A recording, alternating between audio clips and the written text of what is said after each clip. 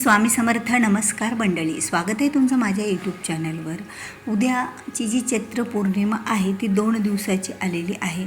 म्हणजे चैत्र पौर्णिमा जी हनुमान जयंती पौर्णिमा म्हणून ओळखली जाते, तर ती चैत्र महिन्यातली पौर्णिमा यावर्षी 2 दिवसाची आलेली आहे. ती म्हणजे 1 एप्रिलला सकाळी पौर्णिमा 7:07 सुरू होणार आहे, तर 2 एप्रिलला सकाळी 7:42 ही पौर्णिमा असणार आहे.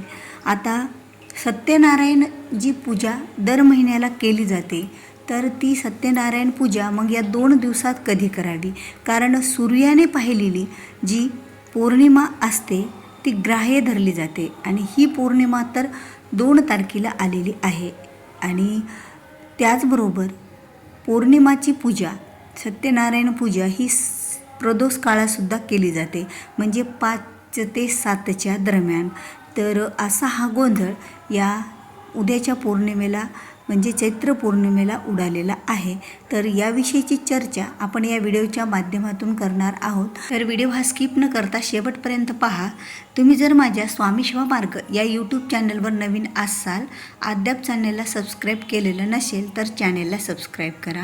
कारण जेव्हा केव्हा मी असे नवीन माहितीपूर्ण व्हिडिओ माझ्या चॅनलवर अपलोड करते त्यावेळेला त्याचं नोटिफिकेशन हे तुम्हाला तुमच्या मोबाईलच्या स्क्रीनवर अगोदर दिसेल आणि तुम्ही माझा एकही व्हिडिओ हा मिस करणार नाही आहेत. आता उद्याची जी चैत्र पौर्णिमा आहे ती हनुमान जयंती म्हणून सुद्धा ओळखली जाते, कारण हनुमानाचा जन्म उत्सव या पौर्णिमेला झाला होता. तर हनुमानाचा जन्म उत्सव तर हा आपल्याला 2 एप्रिलला साजरा करायचा आहे. कारण 1 एप्रिलला 7:07 पौर्णिमा सुरू होत आहे, पण हनुमानाचा जन्म हा सकाळी पहाटेच्या दरम्यान झाला होता, तो म्हणजे ब्रह्ममुहूर्तावर दिवस निघताना. तर दिवस निघताना 1 एप्रिलला पौर्णिमा नाही आहे, कारण दिवस हा सकाळी 6:35 निघणारा आहे 1 तारखेला. त्यामुळे दिवस निघताना पौर्णिमा नसल्यामुळे 2 एप्रिललाच हनुमान जन्म उत्सव हा साजरा करायचा आहे. कारण त्यावेळेला त्या हनुमान जन्माच्या वेळेलाच पौर्णिमासुद्धा राहणार आहे. त्यामुळे ही तर शंका मिटलेलीच आहे की हनुमान जन्म उत्सव हा 2 एप्रिलला साजरा करायचा आहे. आता जी पौर्णिमा असते त्या पौर्णिमेला दर महिन्याला सत्यनारायण पूजा केली तर आपल्या घरामध्ये बरकत येत असते, म्हणजे धनधान्य समृद्धीकारक अशी ही सेवा आहे सत्यनारायणाची. कारण सत्यनारायण हा श्री विष्णूंचा अवतार आणि सत्यनारायणाची पूजा जर कलियुगात कोणी करत असेल तर त्यांच्या घरामध्ये समृद्धीकारक अशी ही पूजा मांडली जाते. म्हणून तर दर महिन्याचं सत्यनारायण पूजा आपल्या घरात आपण करत असेल तर खरंच आपण खूप भाग्यवान आहोत. कारण ही पौर्णिमेचा सत्यनारायण केल्याने आपल्या घरातील जी काही निगेटिव्ह ऊर्जा आहे तर ती ऊर्जा निघून जाऊन आपल्या घरामध्ये लक्ष्मी प्राप्ती होत असते आणि लक्ष्मी प्राप्तिकारक आणि घराला समृद्धीकारक अशी ही पूजा आहे. सत्यनारायण देवाची पूजा करणाऱ्यावर श्री विष्णूंचा आशीर्वाद राहतो आणि जिथे श्री विष्णूंचा आशीर्वाद असतो तेथे आपोआपच माता लक्ष्मीचा आशीर्वाद हा सर्वांनाच मिळत असतो. म्हणून तर पौर्णिमा हा दिवस म्हणजेच चंद्राची पूजासुद्धा असते आणि चंद्राचा उगवता हा जो दिवस आहे तो अतिशय शुभ मानला जातो. कारण या दिवशी लक्ष्मी प्राप्तिकारक उपाय करणे फार प्रगतिकारक मानले जातात आणि त्यामुळेच तर जी चैत्र पौर्णिमा येणार आहे या महिन्यामधील, तर ती चैत्र पौर्णिमेचा सत्यनारायण पूजा कधी करायची आहे? तर बघा, कधीही सत्यनारायण पूजा हा प्रदोष काळात केला.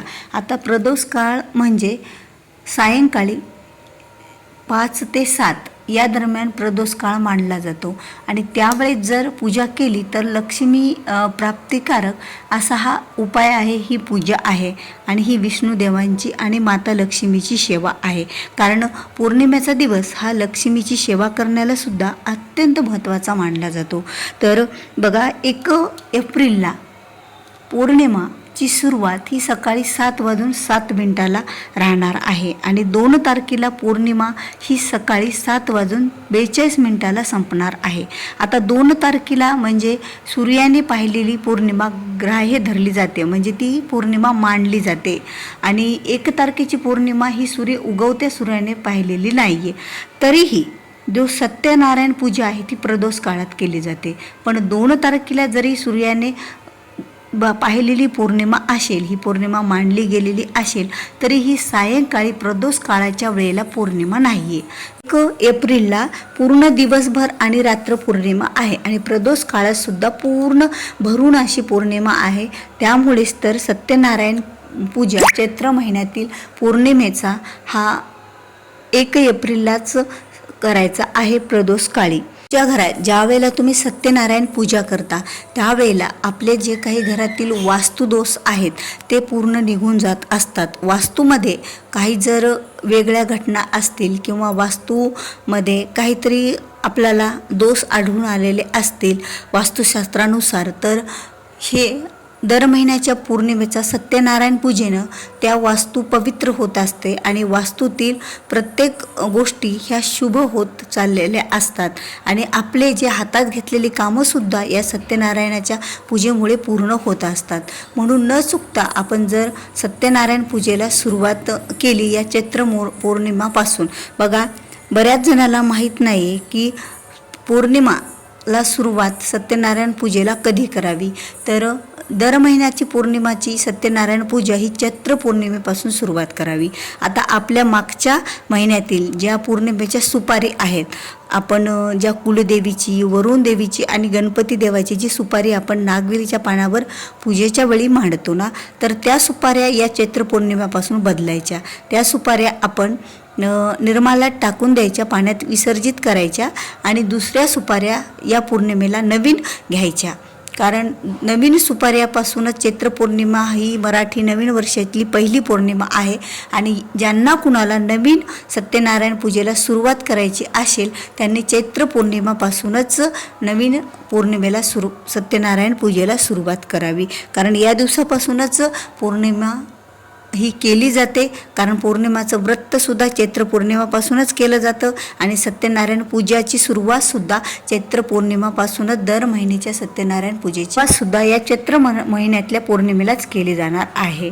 तर तुम्हाला हा व्हिडिओ आवडला असेल तर व्हिडिओला लाईक करा, शेअर करा. तुम्ही जर माझ्या चॅनलवर नवीन आहात, अद्याप चॅनलला सबस्क्राईब केलेलं नसेल तर चॅनलला सबस्क्राईब करा आणि जास्तीत जास्त लोकांपर्यंत तुमच्या आवडत्या, तुमच्या जवळच्या मित्रमैत्रिणी, परिवारासोबत हा व्हिडिओ शेअर करा, जेणेकरून त्यांनासुद्धा पौर्णिमेबद्दलची आणि सत्यनारायण पूजेबद्दलची माहिती मिळून जाईल. तर भेटूया पुन्हा अशाच एका नवीन आणि माहितीपूर्ण व्हिडिओ घेऊन. तोपर्यंत श्री स्वामी समर्थ. जय जय स्वामी समर्थ.